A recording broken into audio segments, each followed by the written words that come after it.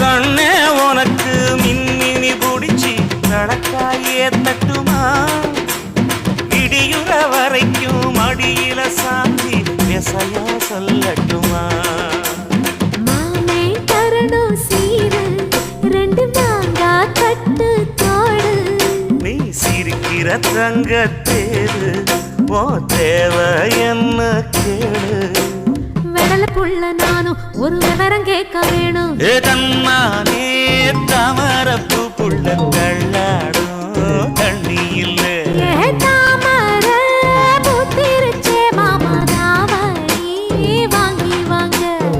ஊரெல்லாம் கூட்டிக்கிட்டு வருவேனே மேளங்குட்டி ஏ தன்ன